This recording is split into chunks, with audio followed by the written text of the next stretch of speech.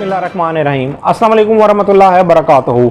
मैं हूं आपका एस्ट्रोलॉजर नईम रहमान सिद्दीकी। आप लोग देख रहे हैं Siddiqui astrology channel.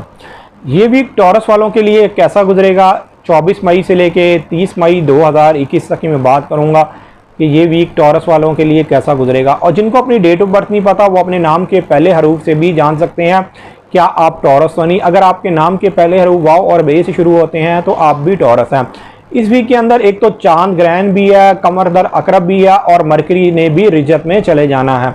No doubt इस वीक के अंदर जो पहले 4 दिन है, ख़ास तौर पर 24 मई से लेके 28 मई तक आपके माली मामलात में कुछ ना कुछ रुकावट आ सकती है या माली तौर पर आपको नुकसान भी हो सकता है।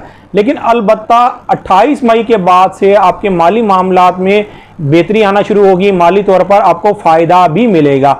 ख़ास तौर पर वो टॉरस वाले जो लोग वीक टॉरस हैं, जिनके पैदाइशी जायचे के अंदर वीनस और मरकरी नाकिस हैं, उनको तो बहुत ज़्यादा एहतियात करनी पड़ेगी। इसलिए कि इस वीक के अंदर जो मामलात हो रहे हैं वो आपके सेकंड हाउस के अंदर हो रहे हैं।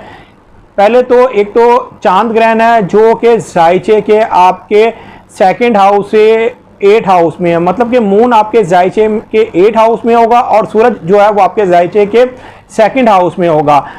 और ग्रहण होने की सूरत में दोनों घर मुतासिर होंगे। आपका 8 हाउस भी मुतासिर होगा और आपके जायचे का सेकंड हाउस भी मुतासिर होगा। आपके शराकती मामलात में भी खराबी आ सकती है। आपके माली मामलात में भी लेन देन में गड़बड़ का कोई शिकार हो सकते हैं। लेकिन अलबत्ता 28 मई के बाद से ये मामलात अल्लाह के फजल व करम से बेहतर होना शुरू हो जाएंगे। इसलिए कि इस घर के अंदर वीनस और मरकरी का करान है। आपके जायचे के सेकंड हाउस के अंदर ये करान है। ये करान होने की वजह से आपको माली तौर पर भी फ़ायदा होगा और आपके काम काज में भी बेहतरी आएगी और आपके सेहत के मामलात में भी बेहतरी आती हुई नजर आएगी। लेकिन अलबत्ता अगर आपको कोई लिखत पढ़त का काम करना है, अलबत्ता अगर कोई आप कागजी तौर पर कोई भी काम करना चाहते हैं तो 30 मई से पहले वो काम कर लें। 29 मई जो डेट है वो डेट बहुत ज़्यादा बेहतर डेट है, इसलिए कि 30 मई को मरकरी ने रिजत में चले जाना है। मरकरी के रिजत में जाने की वजह से वक्ती तौर पर आपके माली मामलात में भी रुकावट आ सकती है। आपको काम काज के हवाले से भी कुछ ना कुछ दुश्वारी हो सकती है।